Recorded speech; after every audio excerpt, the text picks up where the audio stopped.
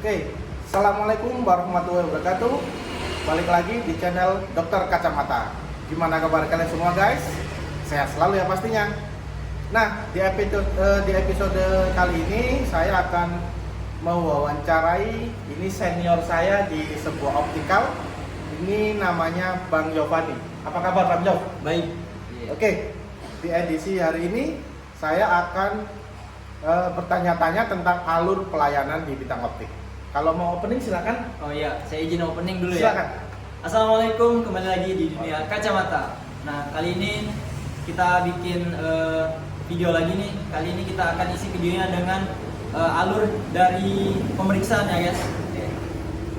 Nah, sekarang saya mau bertanya kepada senior saya nih. Jadi apabila ada pasien atau customer yang datang ke optik, Iya. itu harus ngapain dan harus bagaimana? Ya mungkin kalau orang awam kan masih bingung nih.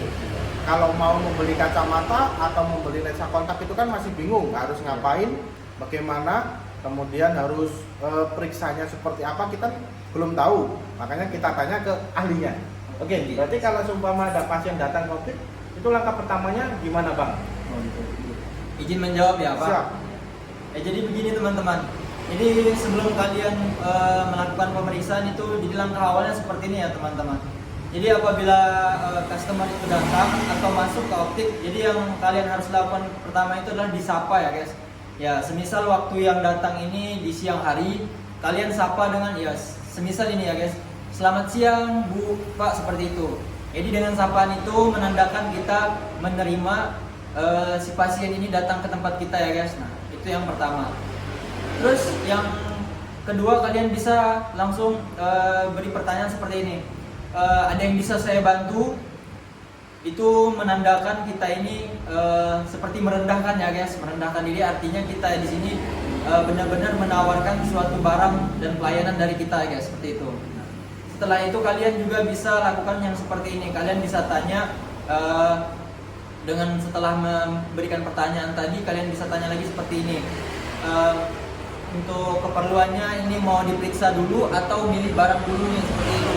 Nah, semisal dia memilih barang dulu, berarti kalian persilahkan dia memilih barangnya. Misal dia nih Pak milih frame dulu, jadi kita arahkan dia ke frame yang ada, kita tampilkan dia di frame yang kita pajang, seperti itu. Nah, jika dia ingin melakukan pemeriksaan dulu, berarti kita harus periksa si pasiennya dulu Pak. Nah, berarti kalau semisal nih, anggaplah saya ini pasien Bapak ya, saya datang ke optik, saya belum tahu istilahnya mau beli kacamata seperti apa, mau beli lensa seperti apa, itu apakah nanti diperiksa dulu bagaimana ya Pak ya? Nah, lebih baiknya kalau kalian dapat seperti ini, ya kalian harus diperiksa dulu. Gunanya apa? Kalian ini kan bingung nih datang ke optik mau bikin kacamata yang seperti apa nih. Jadi alangkah baiknya kalian itu melakukan pemeriksaan dulu. Jadi setelah melakukan pemeriksaan, kalian tahu apa itu kelainan mata kalian, seperti itu. Nah, baru kita bisa menentukan kacamata yang ingin kita bikin. Oke. Berarti kalau semisal lensa kacamata itu ada ukuran apa aja? Semisal apakah cuman minus atau silinder apa gimana ya Bang ya? Kalau di optik itu Bang ya. Kalau untuk ukuran mata itu ya bisa kita sebut dengan kelainan refraksi mata ya, seperti itu.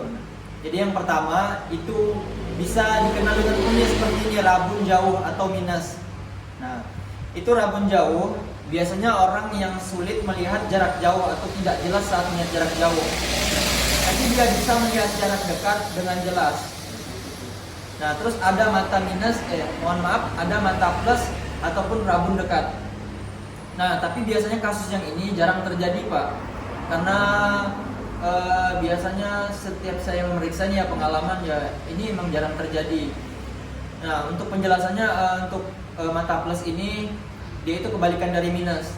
Jadi mata plus ini tidak bisa jelas melihat jarak dekat, tapi bisa jelas melihat jarak jauh, seperti itu Pak. Nah, yang selanjutnya itu ada mata silinder. Jadi mata silinder ini biasanya penderitanya itu melihat suatu objek itu berbayang Pak, seperti itu. Nah, yang terakhir itu ada namanya mata tua atau presbyopia Pak. Presbyopia ini sebenarnya hampir sama dengan mata plus ya Pak. Cuma yang membedakannya fresh dioptria ini terjadi di pasien yang berumur 40 tahun ke atas. Jadi dia sama, dia di sini mengalami kekakuan di lensa matanya Pak. Gitu. Ini terjadi karena sudah Usianya? Iya, usianya Pak, betul seperti itu. Berarti kalau di optik itu semisal pilihan lensanya itu juga ada banyak Pak ya? Ada banyak. Saya pernah lihat itu punya teman saya kan, Oke. kacamatanya bisa berubah jadi hitam, kayak gitu. Itu lensa apa ya Pak ya? Nah, jadi lensa itu ada banyak ya Pak, nggak bisa ada yang bisa berubah warna hitam, ada yang ada anti radiasi sinar birunya. Untuk yang lensa berubah warna hitam ini ada 3 jenis ya Pak. Yang pertama kita biasanya kenal dengan fotokromik. Jadi lensa fotokromik ini dia bisa berubah warna tapi tidak bisa memblok radiasi sinar biru Pak. Nah, terus ada lagi lensa yang bisa berubah warna namanya blue chromik. Jadi lensa ini bisa berubah warna terus bisa memblok radiasi sinar biru Pak. Nah yang terakhir itu ada lensa one ray. Lensa one ray ini bisa berubah warna,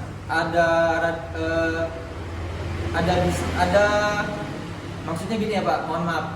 Ada bisa berubah warna terus bisa memblok radiasi sinar biru sama anti silau saat mengemudi malam hari. Berarti mantap sekali itu komplit. Iya.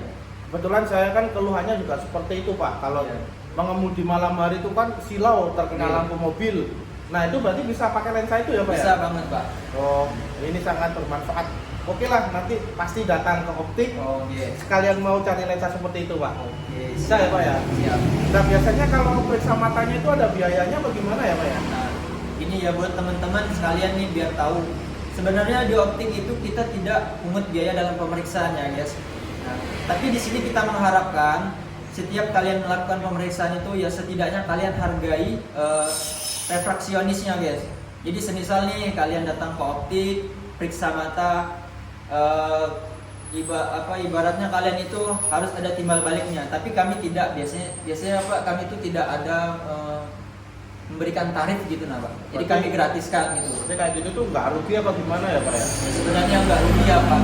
Ya hitung-hitung kita mengasah pengalaman kita terus sama kita ya membantu gitu. Tapi kami sih berharap buat para pengunjung ya yang dengan kami yang seperti ini berharap ya setelah dilakukan pemeriksaan itu ada timbal baliknya seperti kalian membeli barang dari kami ya setidaknya yang tidak dari maksudnya gini.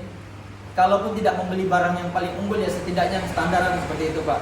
Nah takutnya yang seperti ini kalian datang periksa ke optik karena tidak ada tarif, terus kalian bandingkan harga optik ini dengan harga online shop seperti itu. Nah, berarti kalau misal saya ini nggak mencari kacamata, tetapi saya mencari lensa kotak atau softline yang istilahnya kayak berwarna biru, berwarna hitam itu ada Pak ya? ada, tapi sama kita harus memeriksa dulu kebutuhan atau power dari matanya itu seberapa. Semisal nih bapaknya kita periksa terus ketemu minus. Nah jadi lensanya itu maksudnya softline itu harus sesuai dengan mata bapak juga. Berarti bisa dipasangkan minus Pak ya? Bisa Pak, bisa. Gitu ya. Plano bisa, minus bisa. Oke, sangat bermanfaat sekali. Mungkin kita akan ngobrol lagi di episode video siap. selanjutnya Pak ya. Iya. Oke, baik. Saya ucapkan terima kasih Ya, banyak. terima kasih kembali Pak. Ya. Oke, sekian dulu. Jika ada salah kata, kami mohon maaf. Assalamualaikum warahmatullahi wabarakatuh. Sehat selalu.